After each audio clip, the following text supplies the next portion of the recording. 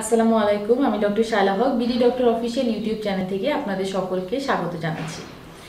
আজকে একটা বিষয় নিয়ে আপনাদের সাথে আলোচনা করব, যেটা সম্পর্কে আমরা হয়তো অনেকেই চিন্তা করি, বিশেষ করে অভিভাবকরা চিন্তা করি যে না, আমার সন্তানকে কিশোর কিশোরী বয়সে এই ব্যাপারটা সম্পর্কে আমি ধারণা দিব না, বা পরবর্তীতে দেখা যায় যে তাদের সন্তানরাই এই বিষয়টা নিয়ে একটা ভুল ধারণায় বড় হয়, যে ব্যাপারটা হচ্ছে আপনার যৌনতা, সেক্স বা শারীরিক সম্পর্ক।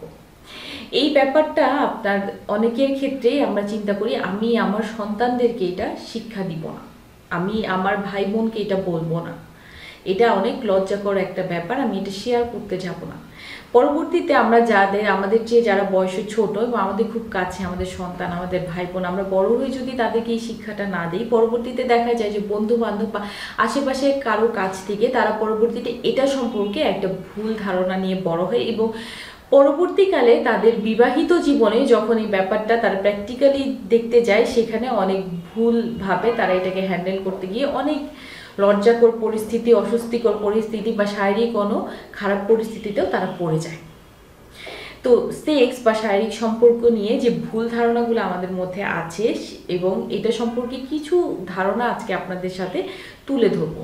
প্রথমে কিশোর কিশোরী বয়সে যেটা হয় যে আমাদের পিউবার্টি, অর্থাৎ যে বয়সে আমরা শারীরিক বৃদ্ধি তৈরি হয়, সেই বয়সে আমাদের অভিভাবকদের প্রথমেই উচিত আপনার ছেলেদের এবং মেয়েদের পৃথক পৃথকভাবে শারীরিক অবকাঠামোগুলো তাদেরকে বুঝিয়ে দাও।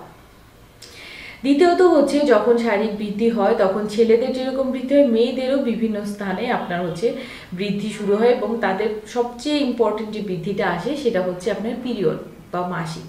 এটা সম্পর্কে আমরা মেয়েরা হয়তো জানি বা মেয়েদেরকে ধারণা দেওয়া হয়, কিন্তু আমরা ছেলেরা অনেকেই ওই কিশোর বয়সটাই চিন্তা করি কি মেয়েদের এই ব্যাপারটা হয়েছে, এরকে নিয়ে একটু হাসাহাসি করলাম, বন্ধুদেরকে নিয়ে একটু মজা করলাম, বা মেয়েদের এই জিনিসটাকে আমরা একটু নেগলিজেন্সি বা অবহেলার ভিতরেই দেখি।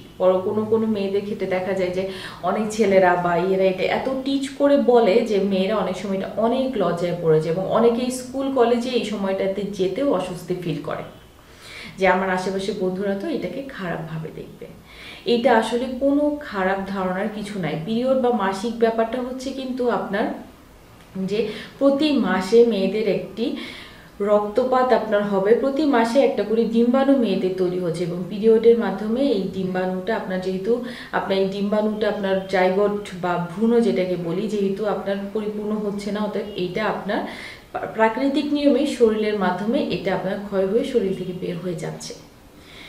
এইটা কিন্তু মেয়েদের একটা বিশেষ ক্ষমতা, গর্ভধারণের ক্ষমতাকে আপনার যদি নির্দিষ্টভাবে আমরা সুনিশ্চিত করি, তাহলে প্রথমেই যে সাইনটা আসে সেটা হচ্ছে পিরিয়ড। পরবর্তীতে দেখা যায় যখন বিয়ে পরবর্তীতে আমরা যখন পেশেন্ট শনাক্ত করি যে আপনি গর্ভধারণ করেছেন কিনা, ফার্স্ট সাইনটাই আসে যে আপনার পিরিয়ড বন্ধ হয়েছে কিনা। যখন দেখবেন যে আপনার পিরিয়ড বন্ধ হয়ে গেছে, তখনই কিন্তু আপনি সাথে সাথে চিকিৎসকের শরণাপন্ন, অধিকাংশ ক্ষেত্রে আপনি দেখতে পারবেন যে আপনার গর্ভধারণের সম্ভাবনা বেশি।